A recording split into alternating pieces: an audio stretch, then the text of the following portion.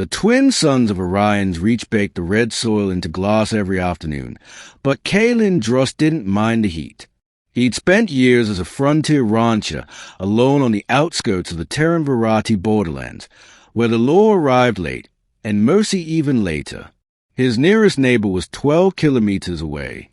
His only company, a herd of bioengineered cattle and the sound of wind sweeping through rusted fences. Kalen liked the silence.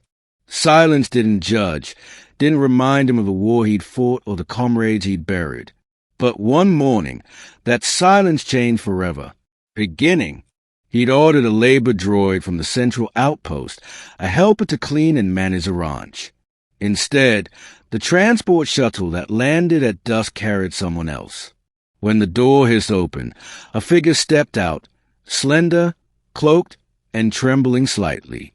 Her skin shimmered faintly under the suns, pale lavender with silver veins.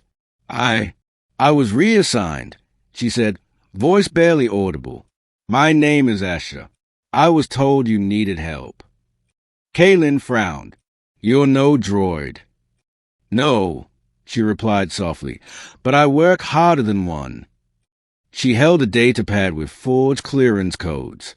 He could have reported her right then. Illegal workers, especially aliens without permits, were a violation under galactic law. But something in her eyes stopped him. They weren't the eyes of a criminal. They were the eyes of someone running from something worse. So he said nothing. Fine, he muttered. If you can handle the dust and the beasts, you can stay. And that's how the quiet rancher and the alien housekeeper began their strange, silent partnership. Escher worked with quiet precision. She learned to operate the cattle drones, repaired irrigation lines, even tuned the old wind turbines. She never asked for extra rations, never complained. But Kalen noticed things. The way she winced when lifting heavy crates. The way she'd limp slightly at night. Once, he caught her near the barn, clutching her side, silver blood seeping through her tunic. Hey, he said gently, stepping closer. You're hurt. I'm fine, she replied quickly, hiding the wound. Doesn't look fine. She stiffened. Please, don't tell anyone. Tell who? I barely talk to the sky. That earned him a faint smile. Still, he couldn't ignore it. Later that night, he entered the workshop, found his old medkit, and approached her quarters. She tried to turn him away again, but when he saw the deep plasma burn across her ribs, his hands moved before his words did. He cleaned, bandaged, and sealed the wound in silence. She sat still, trembling, not from pain, but from disbelief. You fought in the Orion War, she said quietly, noticing the faded military insignia on his arm. You saved enemies, too. Only the ones bleeding in front of me, he replied.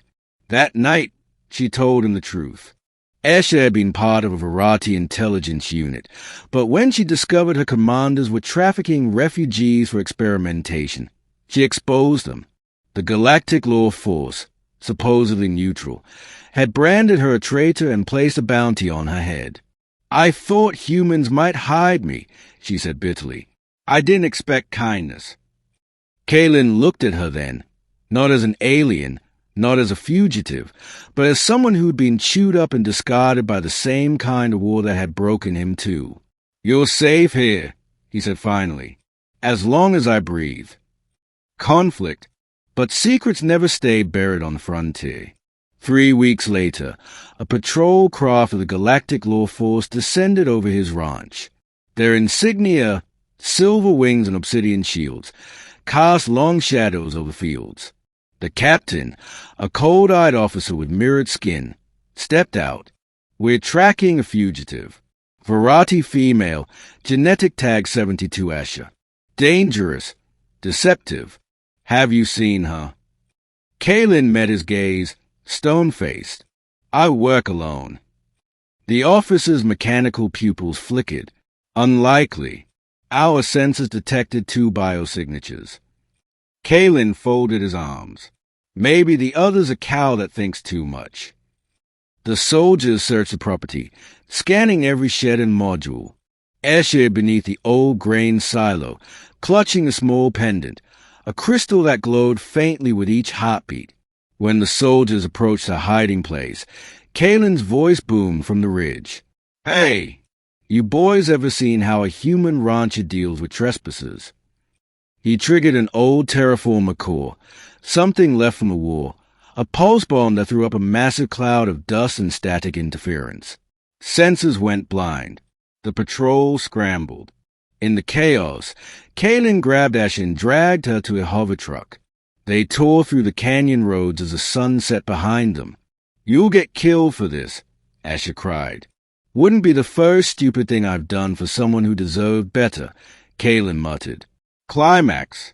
The galactic law force caught up near the Iron Spine Ridge, cornering them at the edge of a vast canyon. With nowhere to run, Asher stepped forward. "I'll surrender," she said softly. "If they take me, they'll spare you." Kalen shook his head. "Not happening." The captain approached, smirking. "You can't protect her. She's a war criminal." Kalen looked at Escher, fragile, wounded, terrified, and then at the horizon. "Funny thing about criminals," he said, "sometimes the law's worse."